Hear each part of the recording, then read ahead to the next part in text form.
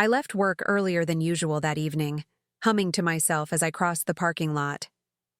In my head, I was already setting the table, picturing Mark's face lighting up when I told him about dinner at our favorite Italian place. I could almost taste the red wine, hear the clink of glasses, feel that cozy, familiar warmth between us. My heels tapped against the pavement, each step a beat in what I thought was a perfect little surprise. If only I had known how that night would turn. I was so wrapped up in my plans that at first, I barely noticed it. Just another row of cars sitting under the tired glow of the parking lot lamps. But then one caught my attention. The windows fogged, as if the car itself was guarding a secret. Something about it stopped me cold. A prickle ran across the back of my neck, the kind that tells you something's wrong before your mind can catch up. My heart, once light and playful, began to pound. I stepped closer, curiosity tugging at me even as dread dragged at my feet. Through the hazy glass, I caught the faintest movement. My stomach clenched. I leaned forward, my breath hitching, and in that instant, my world cracked open. Mark. My husband. His hand buried in another woman's hair, his mouth devouring hers in a kiss so raw, so familiar it made me want to scream. I couldn't move. My hands trembled, my body rooted to the spot, as if the ground itself wanted me to see every second of it. I felt my stomach drop so violently it was like the air had been sucked out of me. My hands shook at my sides, useless, like they no longer belonged to me. The sound of their laughter filtered through the thin crack of the window, muffled but sharp enough to slice through me. That laugh, it was his. The same laugh that used to light up our kitchen on lazy Sunday mornings, now given so freely to her. My chest ached, my throat burned, but no sound came out. I wanted to storm up, bang on the window, scream his name until the whole building heard. But I didn't move. Instead, I stood there, frozen, caught between rage and disbelief. How could he sit there, in the middle of our world, so casual, so brazen, like I was nothing more than an afterthought? My mind reeled, flashing back to the vows we had spoken, the life we had built, and the quiet trust I thought was unshakable. All of it crumbled in a heartbeat. The worst part wasn't even the kiss. It was the way he touched her hair so tenderly, as if she were the center of his universe. That was mine once. That intimacy, that gentle affection, it used to be mine. I bit down hard, tasting salt as tears blurred my vision. I couldn't let him see me like this. Not here, not now. So, I stepped back into the shadows, my body trembling, my heart screaming for answers I wasn't ready to ask. I turned away before either of them noticed me, my legs heavy as if I were wading through cement. Each step back toward my own car felt like betrayal. Of myself, of the woman I thought I was, of the life I thought I had. My keys slipped in my trembling hands, the sharp metal edges biting into my skin. I slid into the driver's seat and shut the door, but the silence inside wasn't comforting. It was suffocating, pressing in on me from all sides. The steering wheel blurred through my tears as I gripped it, trying to steady the shaking. My chest rose and fell in shallow, uneven breaths, the weight of what I had just seen threatening to crush me. A part of me wanted to deny it, to make excuses, to believe it had been some cruel misunderstanding. But I couldn't erase the image seared into my mind. Mark's lips on hers, his hands where they didn't belong, his joy in a world that didn't include me. I sat there for what felt like hours, numb, watching the blur of headlights streak past in the distance. Questions clawed at me, each one sharper than the last. How long had this been happening? Who was she? Did he ever think of me while he was with her? The thought made my stomach twist. Finally, I started the engine, the low rumble shaking me back to reality. I pulled out of the lot, the image of that car burning behind my eyes, knowing deep down this was only the beginning of something much darker. I couldn't tear my eyes away that night. not from the ceiling, not from the clock ticking endlessly on my nightstand. Mark lay beside me, his breathing steady, his body relaxed as if nothing had changed. I lay rigid, staring into the dark, my mind replaying that kiss in the parking lot like a cruel film stuck on repeat. The sound of their laughter echoed in my ears, twisting deeper with every replay. It wasn't just betrayal. It was erasure. He had erased me without a second thought. Every time he shifted in his sleep, I flinched, half expecting him to whisper her name. My heart ached with a heaviness I couldn't shake, and yet I stayed quiet. I didn't shake him awake, didn't demand answers. I realized in that moment that my silence was power. If I exploded, if I gave him the drama he probably expected, I'd lose control. No, I wanted him to think I was blind. Let him believe his secret was safe, while I carefully decided what to do next. It was strange lying there so close to him, yet feeling as though a canyon had opened between us. His hand brushed against mine in his sleep, and instead of warmth, I felt a chill. I turned onto my side, hiding the tears that refused to stop. Rage and despair tangled inside me, sharp and suffocating. But beneath all that pain, something else stirred. Resolve. I didn't know how yet, but I swore to myself he would regret ever thinking I wouldn't find out. The next morning, I moved through the house like a ghost. Mark sat at the table, sipping his coffee, scrolling through his phone as if life were perfectly ordinary. He looked up and smiled at me, that easy grin I used to love, and for the first time in years it made my stomach turn. I forced myself to return the gesture, a mask I knew he wouldn't question. Let him think I was the same old Laura. Inside, I was anything but. Every detail of him grated on me. The way he adjusted his tie, the casual kiss he planted on my cheek before heading out the door. That kiss felt like an insult, a smear of dishonesty left on my skin. I waited until the door closed before letting myself breathe, before letting the mask slip. The tears came again, but this time they weren't just from pain. They carried something sharper, something that cut through the fog of despair. Anger. I paced the kitchen, my fingers tracing the edges of the counter, trying to steady myself. Questions rattled inside me like broken glass. Was this the first time? How many lies had I swallowed, thinking they were truths? But with every question, one answer rang clear. I wasn't going to confront him yet, not on his terms. He thought I was powerless, that I had nothing without him. That arrogance would be his undoing, and I'd be the one to make sure of it. That night, when he slipped into bed again, I pretended to be asleep. My body stayed rigid, my breathing steady, but inside my mind was a storm. I could feel the warmth of him next to me, so familiar and yet so foreign now. The same arms that once promised comfort had become a stranger's embrace. He had no idea that every breath he took beside me was fueling a plan I hadn't even fully shaped yet. I let my thoughts wander back to that parking lot, to the way he looked at her. Soft, devoted, like she was the only person in the world. That look used to belong to me, and now it made me sick. I realized then that love wasn't the glue holding us together anymore. It was habit, routine, and his smug certainty that I'd never leave. He thought he owned my silence. That was his mistake. My tears had dried by then, replaced by a calm I didn't expect. It wasn't forgiveness. It wasn't acceptance. It was resolve, quiet but powerful. I wasn't going to scream or beg or let him watch me fall apart. No, I would stay patient.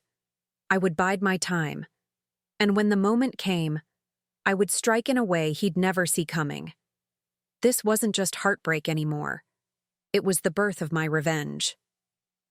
The next day, I forced myself back to that parking lot. My chest tightened as I pulled in, half expecting to see them again, tangled up in each other like before. But this time, I wasn't there to cry. I was there to arm myself. I walked straight to the small security booth, my voice calm, almost casual, as I told the guard I had lost something valuable near my car the night before. I needed to see the footage, I explained, hoping my shaking hands didn't give me away. The guard barely looked up from his monitor as he nodded and rewound the tape. My heart hammered in my throat as the grainy images flickered to life. And there it was. Mark's car. The windows fogged. Then his face, his mouth pressed against hers, his laughter filling a space that should have been mine. The evidence glared back at me, undeniable, cold, and permanent. My knees nearly buckled, but I stayed upright. I had to. When the guard slid the copy across the desk, I took it with steady hands that didn't match the storm inside me. In that moment, the devastation hardened into something sharp, something useful.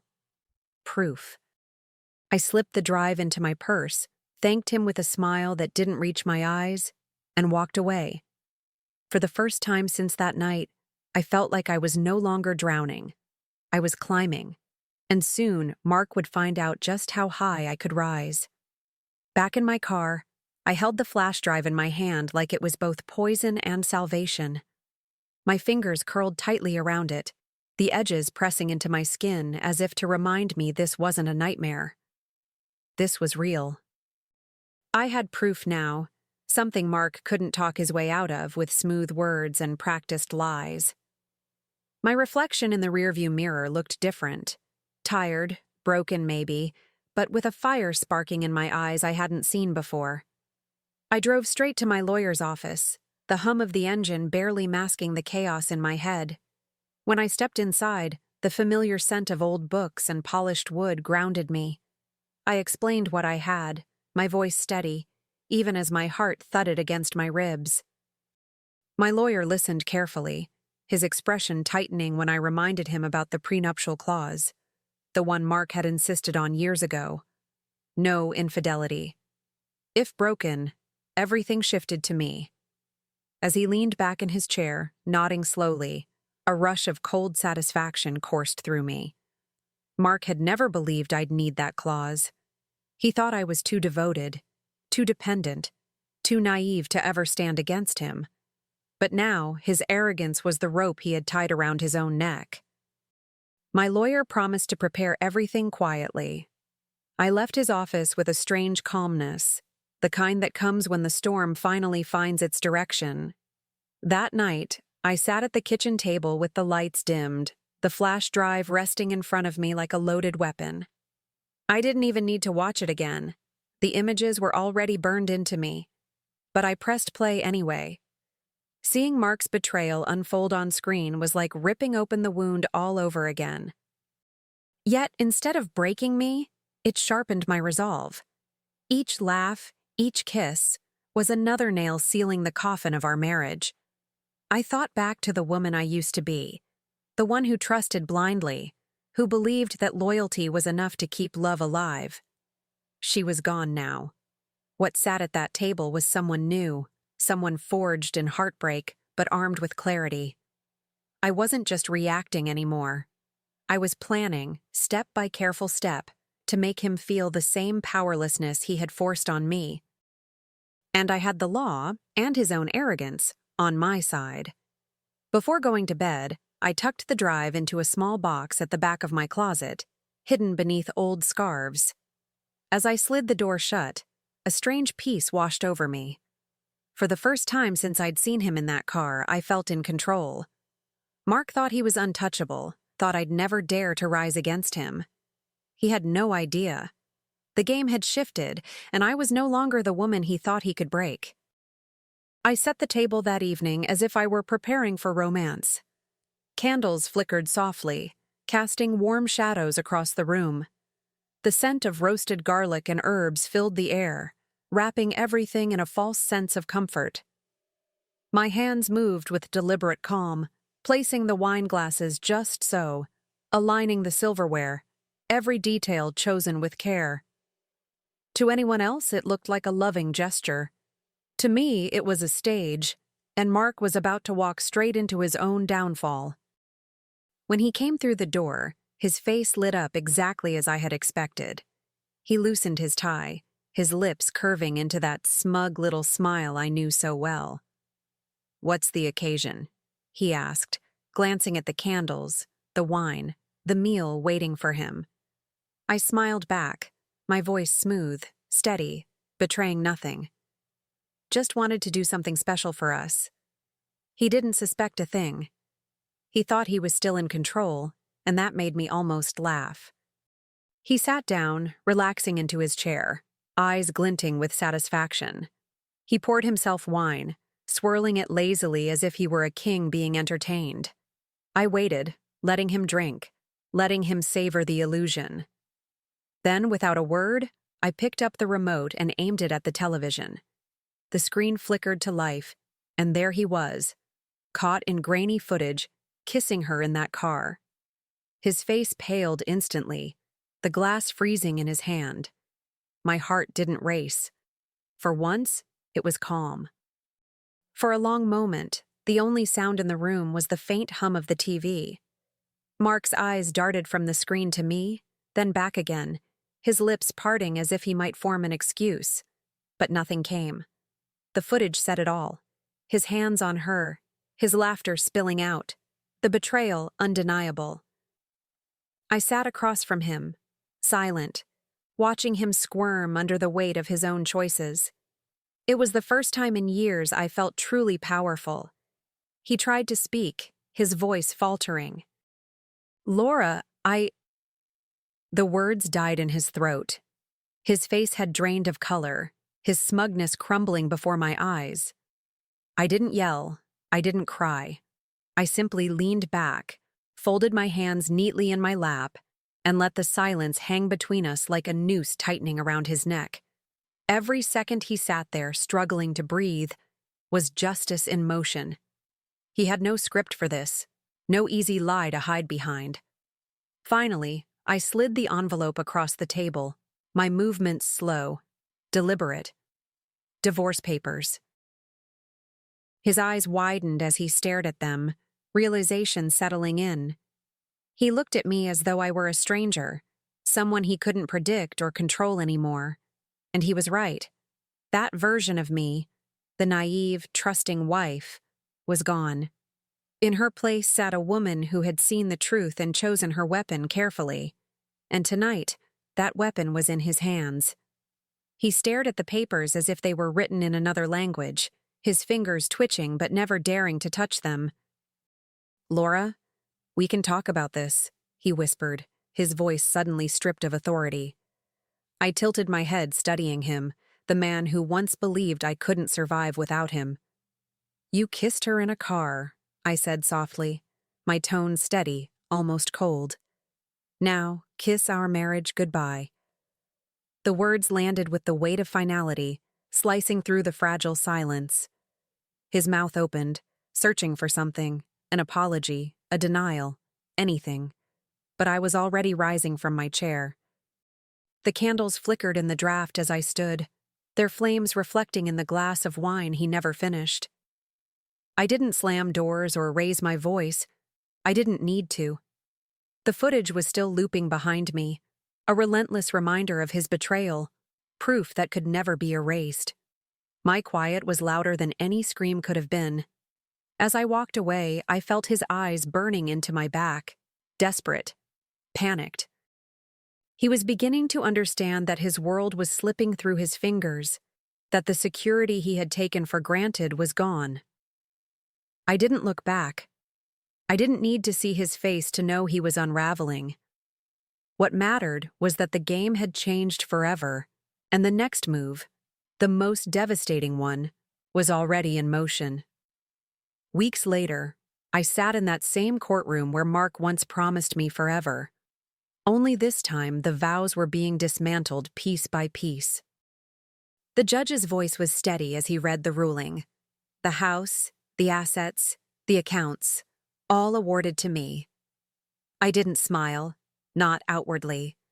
I kept my expression calm, almost unreadable, while inside, a wave of fierce triumph surged through me. Mark sat across the room, hollow-eyed, his arrogance stripped clean away. He had walked in certain I'd beg. Instead, I walked out owning everything. The mistress, of course, had vanished the moment the money dried up. I heard whispers that she stopped answering his calls, blocked his number, moved on to some other fool. Watching him sit there, alone, shoulders slumped under the weight of his own mistakes, I felt no pity. This was the man who told me once, smug and careless, that I couldn't live without him. And now, here he was, a man with nothing left but his regret. When the gavel finally struck, it was more than a legal decision. It was freedom. I gathered my things slowly, deliberately, as if savoring every second of the victory I had built in silence. Mark avoided my gaze, though I could feel his shame radiating across the room. For years he thought he held all the power, but in the end, it was my quiet patience, my refusal to break, that brought him to his knees. And I wasn't finished yet. Walking out of the courthouse, the sun felt warmer than it had in months. I lifted my face to the sky, letting the light hit me. A quiet reminder that I had survived the storm and come out stronger. My heels clicked against the stone steps, each step echoing like a declaration of victory. Behind me, I could hear Mark's hurried footsteps fading into the crowd, his presence already less than a shadow in my life. He was no longer my burden to carry. When I unlocked my car, the same one where my world had once shattered, I felt a strange sense of closure. That parking lot had been the stage of my heartbreak, but it had also become the birthplace of my revenge. I traced my fingers over the steering wheel, remembering the night I sat trembling behind it, and then smiled softly at the contrast. That broken woman was gone. In her place sat someone sharper, stronger, untouchable. I turned the key, the engine rumbling to life like a promise. As I pulled out, I didn't even glance in the rearview mirror. Whatever Mark did with the ruins of his life no longer mattered. What mattered was that I had taken back my power, piece by piece, until there was nothing left he could hold over me. And with every mile I put between us, the weight on my chest lifted, replaced by something I hadn't felt in years. Freedom. That night, I stood by the window of my new home, my home, and let the quiet settle around me. The walls felt lighter, freer, untouched by deceit. I poured myself a glass of wine, not to drown sorrow, but to toast survival. I raised it to the air, a silent salute to the woman I had become, to the strength I didn't know I had until I was forced to find it. The taste was rich, bold, and it lingered the way victory always should. I thought of Mark, probably sitting alone somewhere, drowning in self-pity, replaying the choices that led him here. For a brief moment, I wondered if he understood the depth of what he had lost. Not just the house, not just the money, but me, the loyalty, the devotion, the trust that once defined us. And then I realized it didn't matter. His regret was his to carry, just as my freedom was mine to savor. As I set the glass down, a calm certainty filled me. I wasn't defined by his betrayal anymore. I wasn't bound by his lies or broken by his choices. The night he kissed her in that car, he thought he had stolen something from me. But in truth, he had handed me the key to my own liberation. And as I closed the curtains and let the night embrace me, I knew this wasn't just revenge. It was rebirth.